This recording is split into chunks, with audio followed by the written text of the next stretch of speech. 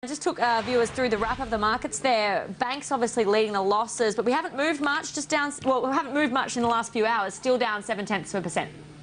Ingrid, that's exactly right. Still seeing the market taking a fair big hit today, despite seeing that stellar performance yesterday. So I really think that's indicating that we're starting to see a bit of volatility coming back into the market. But I think a lot of the factors that have been weighing on the market this week are weighing yet again today. We saw those weaker leads coming from overseas markets after we saw that weak manufacturing data coming out of the Eurozone. Of course, we saw that iron ore price falling yet again overnight, down another 0.5%. So it is still trading at those 5-year lows, so seeing those iron ore miners coming under a fair bit of pressure. However, we did actually see some of those base metals a little higher, as well as gold. So we are seeing a little bit of a bright spot in some of those gold stocks, such as Newcrest Mining, Regis, as well as Northern Star, in amongst that sea of red. But as you mentioned, we're still seeing that Aussie dollar falling off as well. A lot of the focus today has been around that RBA financial stability review. They sort of indicated that the financial stability and the system does remain in pretty good shape, but there is a lot of concern around Australia's booming housing sector. So that's certainly putting pressure on that property sector, which is down about 0.5%. And there's also been a bit of indication that that's posing some risks for those financial institutions, so those big banks. And as a result, we are seeing those financials, as you say, also coming under a bit of pressure, but unfortunately seeing all sectors trading in the red. Just taking a look at Sirius as well, one of the worst performers today, down about 11.2% right now. What do you make of that move?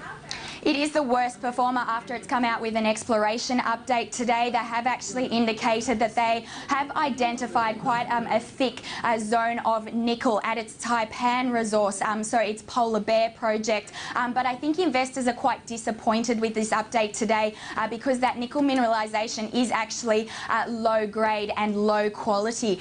If we have a look at the stock price since about the beginning of 2014 up until about the 25th of July, where we did see that the stock, the company actually announced a capital raising, the stock was performing pretty strongly. It was up about 72%. But since that capital raising, we have actually seen the stock price down about 16%. And I think that's reflecting quite a bit of nervousness and uncertainty from investors around any further exploration success. And certainly this news today really doesn't provide any positivity. There are still a couple of positives with this stock, particularly in terms of that Nova project, which we know is a world-class nickel project with quite low operating costs. But of course they have some quite good potential for further exploration success. They are highly leveraged to those nickel prices, and also there's quite a bit of corporate appeal given the fact that that Nova project is located quite close by to BHP's Nickel West project. So there are a couple of positives there, but I do think that the high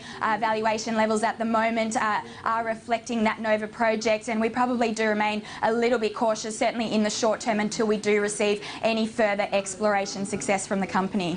Leanne, just taking a look at another stock we're watching today, Fletcher Building. That one obviously exiting an unprofitable business of it. So why are we seeing it down 2.2% on that?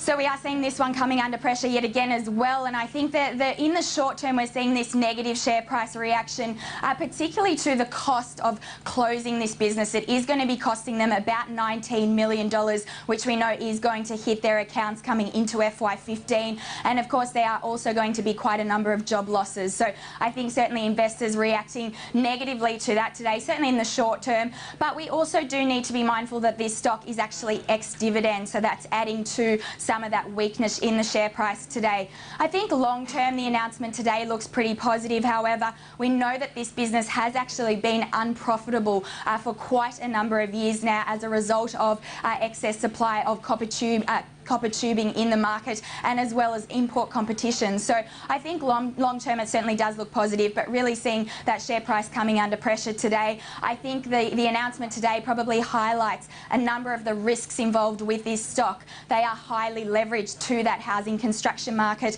over here in Australia and New Zealand. So that probably makes us a little bit nervous in terms of in any event that we may in fact see a bit of a fall off in construction activity. But of course building products also do remain highly competitive. So we do think this probably proposes some risks to sustaining their returns going forward. So again, we actually do think that the share price performance over the last couple of years is probably factoring in any recovery in that housing construction sector, and certainly in the short term we also do remain pretty cautious on the outlook for this one. All right, Leanne, always good to get your analysis. Thanks a lot. Thanks, Ingrid.